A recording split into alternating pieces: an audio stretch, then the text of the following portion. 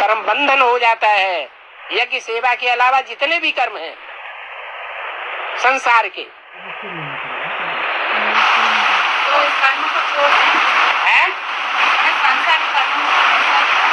संसार कर्म जो है वो कर्म बंधन डालते हैं। बिल्कुल डालते हैं। सांसारिक कर्म, तो इसके लिए क्या करें? ईश्वरीय कर्म नहीं, ईश्वरीय सेवा के कर्म नहीं। ईश्वरीय सेवा के कर्मों के अलावा इन कर्मेंद्रियों से जो भी हम कर्म करते हैं वो सब कर्म बंधन में डालने वाले हैं।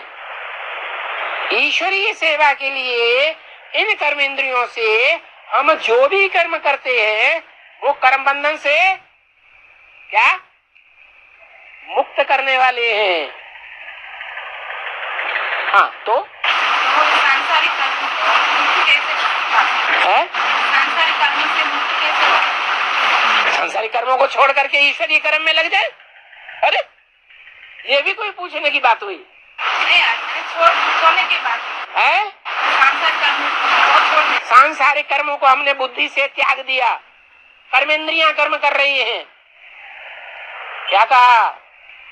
शिव बाबा के मंदिर में जो शिव बाबा है, जिसे हम शिव बाबा कहते आए, पूजा करते आए, वो कर्मेंद्रिय से कर्म कर रहा है या नहीं कर रहा है? हैं? लेकिन याद किसकी है? निराकार ज्योति बिंदु की याद है या कोई साकार स्त्री चोले की याद है? निराकार की याद है।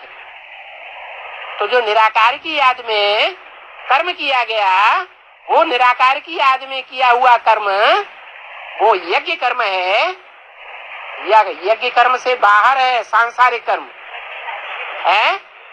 अगर वो सांसारिक कर्म है तो देह का सुख लेगा बुद्धि के द्वारा या नहीं लेगा? है? लेगा। तो सांसारिक कर्म हो गया। कर्म वो ही है लेकिन उसका रिजल्ट अलग अलग है। अरे बुद्धि का ही तो सारा खेल है। बुद्धि को ही तो आत्मा कहा जाता है।